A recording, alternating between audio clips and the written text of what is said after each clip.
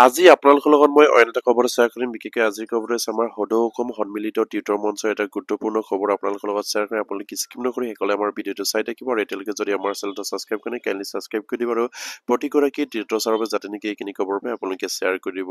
আৰু সেয়া নিশ্চয় আপোনালোকে স্ক্ৰীনত প্ৰত্যক্ষ কৰিছে যে সদৌ অসম সন্মিলিত টিউটৰ মঞ্চৰ এটা গুৰুত্বপূৰ্ণ এটা নটিচ তেখেতসকলে এইখিনি পাব্লিছ কৰিছিলে 28/1/2025 তাৰিখে। ইয়াত কৈছে যে সদৌ অসম সন্মিলিত টিউটৰ মঞ্চৰ সিদ্ধান্ত মানে বিশেষকৈ আমাৰ টিউটৰ শিক্ষকসকলৰ সমস্যাৰ প্ৰতি তেখেতসকলে সজাগ হৈ সদৌ অসম সন্মিলিত টিউটৰ মঞ্চই তেখেতসকলে এটা গুৰুত্বপূৰ্ণ সিদ্ধান্ত গ্ৰহণ কৰিছে আৰু সেই সিদ্ধান্তৰ জৰিয়তে যাতে নেকি অসম চৰকাৰৰ মাননীয় মুখ্যমন্ত্ৰীক দৃষ্টিগোচৰ কৰিবৰ কাৰণে তেখেতসকলে হয়তো চেষ্টা কৰিছে। তেখেতসকলৰ সিদ্ধান্তসমূহ এই ধৰণৰ তেখেতসকলে প্ৰকাশ কৰিছে যে চৰ্দাৰ গ্ৰহণ কৰিব ইংৰাজী 26/1/2025 তাৰিখে অনুষ্ঠিত সন্মিলিত টিউটৰ মঞ্চৰ এখনি গুৰুত্বপূৰ্ণ সভা অনুষ্ঠিত হৈ আৰু শ্ৰী ৰবীন্দ্ৰনাথ বৰগোহাঁইৰ সভাপতিত্বত সঞ্চালিত সভাত সাম্প্ৰতিক পৰিস্থিতিৰ ওপৰত মন্ত্ৰ আৰু আগন্তুক পদক্ষেপৰ বিষয়ে আলোচনা কৰি কিছু সিদ্ধান্ত গ্ৰহণ কৰা হৈছে। ইয়াত কৈছে যে তেখেতসকলৰ মানে সদৌ অসম সন্মিলিত টিউটৰ মঞ্চৰ 26 তাৰিখে এটা গুৰুত্বপূৰ্ণ তেখেতসকলৰ সভা অনুষ্ঠিত হৈ যায় আপোনাৰ ৰবীন্দ্ৰনাথ বৰগোহাঁইৰ সভাপতিত্বত আৰু তেখেতসকলৰ যিখিনি বৰ্তমানৰ পৰিস্থিতিক লৈ আমাৰ টিউটৰ শিক্ষকসকলৰ আগন্তুক যিখিনি সমস্যা সেই সমস্যাৰ আজি অসম চৰকাৰ কিদৰে বিবেচনা কৰিব সেই সন্দৰ্ভত তেখেতসকলে আলোচনা কৰাৰ সিদ্ধান্ত গ্ৰহণ কৰা হৈছে বুলি ইয়াত উল্লেখ কৰিছে। আৰু গণতন্ত্ৰ দিৱসত মুখ্যমন্ত্ৰীৰ ভাষণত টিউটৰসকলৰ বিষয়ে কোনো উল্লেখ নহল আৰু সেয়ালৈকে শংকিত হৈ সন্মিলিত টিউটৰ মঞ্চৰ দ্বাৰা নিম্নলিখিত প্ৰস্তাৱসমূহ গ্ৰহণ কৰা হৈছে। যিহেতু গণৰাজ্য দিৱস বা গণতন্ত্ৰ দিৱসত অসমৰ মাননীয় মুখ্যমন্ত্ৰী গৰাকীয়ে তেখেতসকলে পৰৱৰ্তী পৰ্যায়ত যিমানবিলাক কাম কৰিব সেই সকলোবিলাক কামৰ বিষয়ে তেখেতসকলে গুৰুত্বপূৰ্ণভাৱে সেই ভাষণত তেখেতসকলে এইখিনি প্ৰদান কৰিছিলে বা ভাষণত ঠাই পাইছিলে। কিন্তু টিউটৰ শিক্ষকসকলৰ সমস্যাৰ সমাধানৰ বিষয়ে সেই গণতন্ত্ৰ দিৱসৰ দিনাৰ যিখিনি ভাষণ আমাৰ মুখ্যমন্ত্ৰীগৰাকীয়ে প্ৰদান কৰিছিলে তাত ঠাই নোপোৱাত আমাৰ টিউটৰ ছাৰ বাইদেউসকলে নিশ্চয়কৈ শংকিত হৈ পৰিছে আৰু সেইবাবেই তেখেতসকলে সেই শংকিত হৈ তেখেতসকলে তৰল দিয়া যিখিনি এই প্ৰস্তাৱসমূহ সেই সভাত সিদ্ধান্ত গ্ৰহণ কৰাৰ কথা ইয়াত উল্লেখ কৰিছে। তেখেতসকলৰ সিদ্ধান্তত 1 নম্বৰ কৈছে যে 26 জানুৱাৰীত মুখ্যমন্ত্ৰীৰ ভাষণত উল্লেখ নহল যদিও শিক্ষামন্ত্ৰী বাৰম্বাৰ সাক্ষাৎ কৰোঁতে এটা নিৰ্দিষ্ট তাৰিখৰ পিছত টিউটৰসকলৰ হকে ভাল খবৰ পোৱাৰ এক নিশ্চিত কথা কৈ আহিছে আৰু আনকি সংবাদ মাধ্যম যোগে অনুসূয়াৰ বাবে শিক্ষামন্ত্ৰীক জনোৱাৰ আগ্ৰহত তেখেতে মুখ্যমন্ত্ৰীহে ঘোষণা কৰিব বুলি জনাইছিল আৰু সেয়ে সেই সন্দৰ্ভত পুনৰ কেবিনেট সমিতিৰ মানে সদস্যৰ মন্ত্ৰীকো সাক্ষাৎ কৰাৰ বাবে প্ৰস্তাৱ গ্ৰহণ কৰা হয় বুলি ইয়াত উল্লেখ কৰিছে। যিহেতু আমাৰ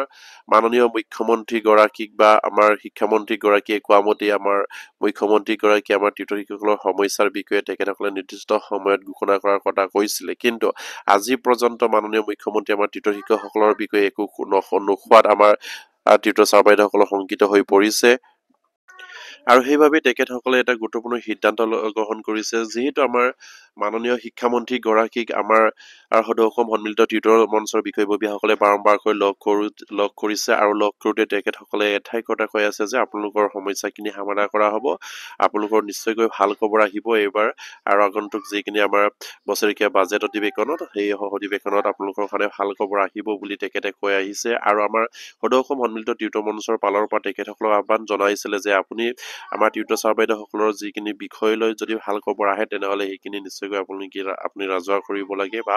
আমাৰ নিউজ চেনেলবিলাকক হাইলাইট কৰিব লাগে বুলি তেখেতক অনুৰোধ জনোৱাত আমাৰ শিক্ষামন্ত্ৰীগৰাকীয়ে সেইখিনি কথা মাননীয় মুখ্যমন্ত্ৰীয়ে কৰিব বুলি তেখেতসকলে সেইখিনি কথা কৈছিলে। কিন্তু আজি 26 জানুৱাৰীৰ গণতন্ত্ৰ দিৱসৰ দিনা আমাৰ মাননীয় মুখ্যমন্ত্ৰীয়ে যে ঘোষণা কৰিব বুলি আশা কৰিছিলে আমাৰ টিউটৰ ছাৰ বাইদেউসকলে কিন্তু টিউটৰসকলৰ বিষয়ে গণৰাজ্য দিৱসত তেখেতসকলৰ ভাষণত কোনো এটা ঠাই নোপোৱাত আমাৰ টিউটৰ ছাৰ বাইদেউ শংকিত হৈ পৰিছে আৰু সেইবাবে তেখেতসকলে এটা গুৰুত্বপূৰ্ণ সিদ্ধান্ত গ্ৰহণ কৰিছে। আৰু 2 নম্বৰত কৈছে যে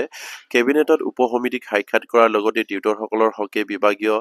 কুচকাৱাজ অনুসন্ধান বুজ লৈ গুৱাহাটী সংবাদ মেল অনুষ্ঠিত কৰাৰ প্ৰস্তাৱ গ্ৰহণ কৰা হয় আৰু আমাৰ টিউটৰ ছাৰ বাইদেউসকলে আমাৰ কেবিনেটৰ উপসমিতিৰ বিষয়াসকলক লগ কৰি আৰু আমাৰ বিভাগীয়ভাৱে আমাৰ অফিচিয়েলি আমাৰ টিউটৰ ছাৰ বাইদেউসকলক কিমান কি কাম কৰিছে নে নাই সেইখিনি বুজ লৈ তেখেতসকলে এটা গুৰুত্বপূৰ্ণ সংবাদ মেল আয়োজন কৰে ইয়াত প্ৰস্তাৱ গ্ৰহণ কৰাৰ কথা ইয়াত উল্লেখ কৰিছে 2 নম্বৰ পইণ্টত। আৰু 3 নম্বৰত কৈছে যে আপোনাৰ 15 ফেব্ৰুৱাৰী দিনটোত পৰৱৰ্তী যিকোনো দিনৰ পৰাই দিছপুৰ গেৰাও অথবা কোকৰাঝাৰ চলৌ কাৰ্যসূচী প্ৰস্তাৱ গ্ৰহণ কৰাৰ প্ৰস্তাৱ সংবাদমেল যোগে সেই সন্দৰ্ভত ঘোষণা কৰি চৰকাৰলৈ হুংকাৰ প্ৰদান কৰাৰ লগতে সতীৰ্থ টিউটৰসকলক সাজু থাকিবলৈ আহ্বান জনোৱাৰ প্ৰস্তাৱ গ্ৰহণ কৰিছে তেখেতসকলে। যিহেতু আমাৰ টিউটৰ ছাৰ বাইদেউসকলে এটা গুৰুত্বপূৰ্ণ সিদ্ধান্ত লৈছে যে 15 ফেব্ৰুৱাৰীৰ দিনটোৰ পৰৱৰ্তী পৰ্যায়ৰ যিকোনো দিনত হয়তো আমাৰ টিউটৰ ছাৰ বাইদেউসকলৰ এটা গুৰুত্বপূৰ্ণ আন্দোলন হ'ব পাৰে। এই আন্দোলনটো হয়তো আপোনাৰ দিছপুৰ গেৰাও কাৰ্যসূচী বা আপোনাৰ কোকৰাঝাৰ চলৌ কাৰ্যসূচী হাতত লোৱাৰ তেখেতসকলে সিদ্ধান্ত গ্ৰহণ কৰিছে। কাৰণ আপোনাৰ সেই উপ সমিতিৰ যিখিনি আপোনাৰ বেঞ্চ হাইস্কুল প্ৰভিন্সিয়েলাইজৰ ক্ষেত্ৰত এখন উপ সমিতি গঠন কৰি দিয়া হৈছিলে আৰু তেখেতসকলক মাননীয় মুখ্যমন্ত্ৰীয়ে সময়সীমা বান্ধি দিছিলে যে 15 ফেব্ৰুৱাৰীৰ ভিতৰত তেখেতসকলে সেইখিনি যিবিলাক আপোনাৰ আমাৰ বেঞ্চ হাইস্কুল প্ৰভিন্সিয়েলাইজৰ সমস্যা আছে সেইখিনি সমাধা কৰি তেখেতসকলে এইখিনি প্ৰস্তাৱ দাখিল কৰিব লাগিব। আৰু তাতে আমাৰ টিউটৰ ছাৰ বাইদেউসকলৰ বিষয়ে হয়তো আমাৰ টিউটৰ সন্থাই আমাৰ উপ সমিতিক লগ কৰি তেখেতসকলক আমাৰ বিষয়ে উপস্থাপন কৰি আমাৰ এই উপ সমিতিক তেখেতসকলে এইখিনি আমাৰ সমস্যাৰ বিষয়ে অৱগত কৰাইছিলে। আৰু যদি আমাৰ সেই উপ সমিতিৰ দ্বাৰা আমাৰ যদি টিউটৰ ছাৰ বাইদেউসকলৰ যদি আমাৰ সমস্যাখিনি যদি সমাধা হয় তেনেহলে নিশ্চয়কৈ এয়া খুবেই আমাৰ কাৰণে ভাল খবৰ হ'ব। কিন্তু যদিহে সমাধা নহয় তেনেহলে আমাৰ কেন্দ্ৰীয় কমিটিৰ সিদ্ধান্ত মৰ্মে 15 ফেব্ৰুৱাৰীৰ দিনটোলৈকে আমাৰ টিউটৰ ছাৰ বাইদেউসকলে অপেক্ষা কৰিব আৰু 15 ফেব্ৰুৱাৰীৰ হয়তো 16 ফেব্ৰুৱাৰীৰ দিনাখনেই আমাৰ হয়তো দিছপুৰ গেৰাও কাৰ্যসূচী বা কোকৰাঝাৰ চলৌ কাৰ্যসূচী হাতত লোৱাৰ এটা সিদ্ধান্ত গ্ৰহণ কৰিছে। এইটো কাৰণে প্ৰতিগৰাকী টিউটৰ ছাৰ বাইদেউসকলক সাজু হৈ থাকিবৰ কাৰণে আমাৰ কেন্দ্ৰীয় কমিটিয়ে জনাইছে। কাৰণ 15 ফেব্ৰুৱাৰীৰ পাছতে আমাৰ বৃহৎ এটা আন্দোলনৰ কাৰ্যসূচী হাতত ল'ব পাৰে আমাৰ টিউটৰ ছাৰ সদৌ অসম সন্মিলিত টিউটৰ মঞ্চৰ বিষয়ববীয়াসকলে। কাৰণ যদিহে টিউটৰ সমস্যাৰ বিষয়ে যদি এই উপ সমিতিত বা আপোনাৰ সেই যিখিনি আপোনাৰ 15 ফেব্ৰুৱাৰী বা যিখিনি আপোনাৰ 14 ফেব্ৰুৱাৰীত যিখিনি অসমৰ যিখিনি কেবিনেট বহিব সেই কেবিনেটত যদি আমাৰ টিউটৰ ছাৰ বাইদেউসকলৰ সমস্যাৰ বিষয়ে যদি একো নোলায় তেনেহলে নিশ্চয়কৈ সেই টিউটৰ ছাৰ বাইদেউসকলে হয়তো কেবিনেটৰ নেক্সট পাছতে তেখেতসকলে এটা গুৰুত্বপূৰ্ণ আন্দোলনৰ কাৰ্যসূচী হাতত ল'ব পাৰে। যদিহে কেবিনেটত আমাৰ বিষয়ে যদি ভাল খবৰ আহে তেনেহলে নিশ্চয়কৈ সেইখিনি তেখেতসকলে কৰাৰ কোনো প্ৰয়োজন নাথাকিব। যদিহে কেবিনেটৰ পাছতো আমাৰ বা কেবিনেটতো আমাৰ সমস্যাৰ বিষয়ে যদি এইবাৰ কেবিনেটৰ যদি সমস্যাৰ বিষয়ে যদি অসম চৰকাৰে যদি চিন্তা নকৰে বা টিউটৰ শিক্ষকসকলৰ বিষয়ে কোনো যদি তেখেতসকলৰ ভাল খবৰ নিদিয়ে তেনেহলে নিশ্চয়কৈ আমাৰ টিউটৰ ছাৰ বাইদেউসকলে হয়তো 16 ফেব্ৰুৱাৰী তাৰিখৰ পৰা হয়তো দিছপুৰ গেৰাও কাৰ্যসূচী বা কোকৰাঝাৰ চলৌ কাৰ্যসূচী হাতত ল'ব পাৰে। হয়তো আপোনালোকে ভাবিব পাৰে কোকৰাঝাৰ কিয় যাব লাগে। কাৰণ কোকৰাঝাৰত আমাৰ নেক্সট যিখিনি কেবিনেট হ'ব সেইখিনি হোৱাৰ হয়তো আমাৰ টিউটৰ ছাৰ বাইদেউসকলে হয়তো অনুমান কৰিছে। হয়তো আপোনাৰ দিছপুৰত যদি আমাৰ পৰৱৰ্তী পৰ্যায়ৰ কেবিনেট যদি নহয় তেনেহলে কোকৰাঝাৰত হোৱাৰ আশংকা আছে। আৰু অলৰেডি মাননীয় মুখ্যমন্ত্ৰীয়ে যোৱা কেবিনেটত এইটো ঘোষণা কৰিছিলে যে নেক্সট কেবিনেট হলে কোকৰাঝাৰত হ'ব বুলি। আৰু সেইকাৰণে আপোনাৰ কোকৰাঝাৰ চলৌ কাৰ্যসূচী হাতত ল'ব পাৰে। কাৰণ যিহেতু আপোনাৰ 15 ফেব্ৰুৱাৰীলৈকে যদি আমাৰ সমস্যাৰ বিষয়ে যদি আমাৰ উপ সমিতিৰ দ্বাৰা কোনো যদি খা খবৰ যদি আমাৰ টিউটৰ ছাৰ বাইদেউসকলৰ নাপায় তেনেহলে নিশ্চয়কৈ হয়তো 16 ফেব্ৰুৱাৰীৰ দিনাখন আমাৰ অসম চৰকাৰৰ যিখিনি কেবিনেট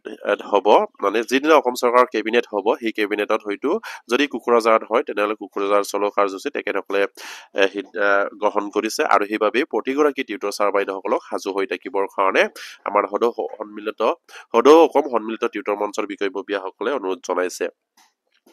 আৰু 3 নম্বৰত কৈছে যে প্ৰাধিকৰণ আইন 2014 সংশোধনীৰ বাবে গঠিত কেবিনেটৰ উপ সমিতিক 2021 চনতে একে বিদ্যালয় শিক্ষকসকলৰ আওতালৈ অনাৰ বাবে দাবী জনাই স্মাৰক পত্ৰ দিয়াৰ প্ৰস্তাৱ গ্ৰহণ কৰা হয়। আৰু যিহেতু প্ৰাধিকৰণ আইন 2014 চনৰ যিখিনি সংশোধনী কৰিবই যেতিয়া উপ সমিতি এটা গঠন কৰি দিছে আৰু সেই উপ সমিতিক 2021 চনত প্ৰাধিকৃত টিউটৰ ছাৰ বাইদেউসকলক শিক্ষকলৈ আপগ্ৰেড কৰিবৰ কাৰণে বা শিক্ষকলৈ উন্নতি কৰিবৰ কাৰণে 2014 চনৰ যিখিনি দফা সংশোধনী কৰিব লাগে সেইখিনি সংশোধনী কৰিবৰ কাৰণে তেখেতসকলে এটা প্ৰস্তাৱ দিয়াৰ কথা ইয়াত উল্লেখ কৰিছে। আৰু ইয়াৰ পাছতে কৈছে যে সদৌ অসম সন্মিলিত টিউটৰ মঞ্চই গ্ৰহণ কৰা প্ৰস্তাৱসমূহ কাৰ্যকাৰীকৰণৰ বাবে তিনিওটা সংস্থাই নিজ নিজ সংস্থাৰ সভাত আলোচনা কৰি প্ৰতিনিধি প্ৰেৰণ আৰু আৰ্থিক সহযোগিতা আৰু জৰুৰী পৰামৰ্শ যদি থাকে বুধবাৰৰ ভিতৰত প্ৰদান কৰিবলৈ আহ্বান জনাই প্ৰস্তাৱ গ্ৰহণ কৰা হৈছে বুলি ইয়াত উল্লেখ কৰিছে। আৰু নিশ্চয়কৈ আমাৰ টিউটৰ ছাৰ বাইদেউসকলৰ কাৰণে বিশেষকৈ আমাৰ সমস্যাটো খুবেই এটা গুৰুত্বপূৰ্ণ হৈ আছে কাৰণ সামান্য এটা পৰিটোকি লৈ তেখেতসকলে কাম কৰিবলগীয়া হৈছে দিনৰ দিনটোত আৰু তেখেতসকলে সেই সামান্য এটা পৰিটোকিৰ দ্বাৰা তেখেতসকলৰ পৰিয়াল চলাটো বৰ অসুবিধা আৰু সেইবাবে অসম চৰকাৰৰ মাননীয় মুখ্যমন্ত্ৰী বা শিক্ষামন্ত্ৰীক বা অসম চৰকাৰক বাৰম্বাৰকৈ তেখেতসকলে অনুৰোধ জনাই আহিছে বা তেখেতসকলক দৃষ্টিগোচৰ কৰাবৰ কাৰণে বিভিন্ন ধৰণৰ বিভিন্ন সময়ত পদক্ষেপ লৈ আহিছে কিন্তু অসম চৰকাৰে সেইখিনি যেন গুৰুত্ব প্ৰদান কৰা নাই আৰু সেইবাবেই আমাৰ সদৌ অসম সন্মিলিত টিউটৰ মঞ্চৰ যিসকল বিষয়ববী আছে তেখেতসকলে শেহতীয়াকৈ মাননীয় শিক্ষামন্ত্ৰীক লগ কৰোঁতে শিক্ষামন্ত্ৰী আমাৰ টিউটৰ ছাৰ বাইদেউসকলৰ বিষয়ে নিশ্চয়কৈ পজিটিভলি তেখেতসকলে কৈ আছে কিন্তু আমাৰ মুখ্যমন্ত্ৰীৰ মুখত সেইখিনি নোলোৱাৰ বাবে আমাৰ টিউটৰ ছাৰ বাইদেউসকলৰ মাজত শংকিত হৈ পৰিছে আৰু সেইবাবে তেখেতসকলে সেইখিনি সিদ্ধান্ত গ্ৰহণ কৰিছে আৰু তেখেতসকলে শেষত এটা কথা উল্লেখ কৰিছে যে আমাৰ প্ৰতিটো গৰাকীৰ সদৌ অসম সন্মিলিত টিউটৰ মঞ্চই বিশেষকৈ আমাৰ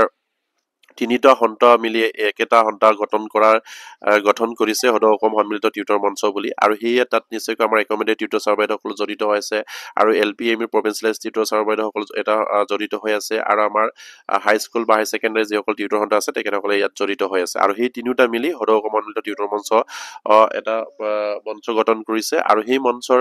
তেখেতসকলে সিদ্ধান্ত লৈছে যে আমাৰ প্ৰতিগৰাকী বা আমাৰ ৰেকমেণ্ডেড টিউটৰ ছাৰ বাইদেউসকলৰ নিজৰ মাজতে আলোচনা কৰি তেখেতসকলৰ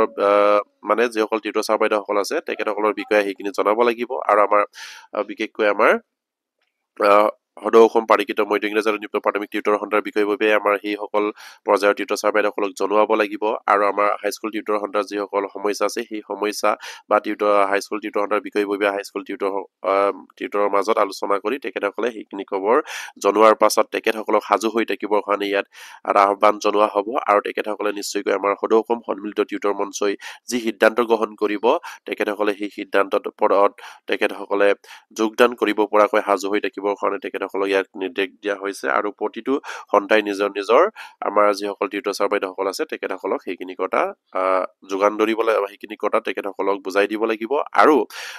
কিবা যদি সন্থাক তেখেতসকলে পৰামৰ্শ যদি দিব বিচাৰে তেনেহ'লে নিশ্চয়কৈ আপোনাৰ বুধবাৰ দিনৰ ভিতৰতে দিবলৈ আমাৰ সদৌ অসম সন্মিলিত টিউটৰ মঞ্চৰ বিষয়ববীয়াসকলে আহ্বান জনাইছে আৰু সেয়া খুবেই এটা গুৰুত্বপূৰ্ণ বিষয় আমাৰ টিউটৰ ছাৰ বাইদেউসকলৰ কাৰণে কাৰণ টিউটৰ শিক্ষকৰ সমস্যাটো অসম চৰকাৰে এতিয়ালৈকে গুৰুত্ব প্ৰদান মুখ্যমন্ত্ৰীয়ে দেখিবলৈ পোৱা নাই কাৰণ শিক্ষামন্ত্ৰীয়ে যিধৰণে আমাক গুৰুত্ব প্ৰদান কৰি আমাৰ সমস্যাৰ বিষয়ে কৈ আছে কিন্তু মুখ্যমন্ত্ৰীৰ মুখত আমি নুশুনালৈকে আমাৰ টিউটৰ ছাৰ বাইদেউসকলে শংকিত হৈ আছে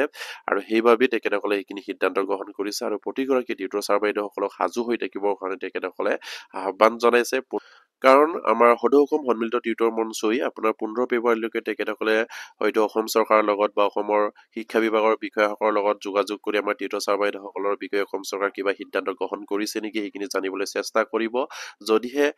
আমাৰ বিষয়ে যদি একো এতিয়ালৈকে যদি আমাৰ অসম চৰকাৰ যদি সিদ্ধান্ত গ্ৰহণ কৰা নাই আৰু যদিহে সেইখিনি যদি গম পায় তেনেহ'লে আমাৰ সদৌ অসম সন্মিলিত টিউটৰ মঞ্চই 16 ফেব্ৰুৱাৰীৰ পৰাই এটা গুৰুত্বপূৰ্ণ আন্দোলন কাৰ্যসূচী হাতত ল'ব আৰু সেইকাৰণে প্ৰত্যেক টিউটৰ ছাৰ বাইদেউসকলক সাজু হৈ থাকিবৰ কাৰণে আমাৰ সদৌ অসম সন্মিলিত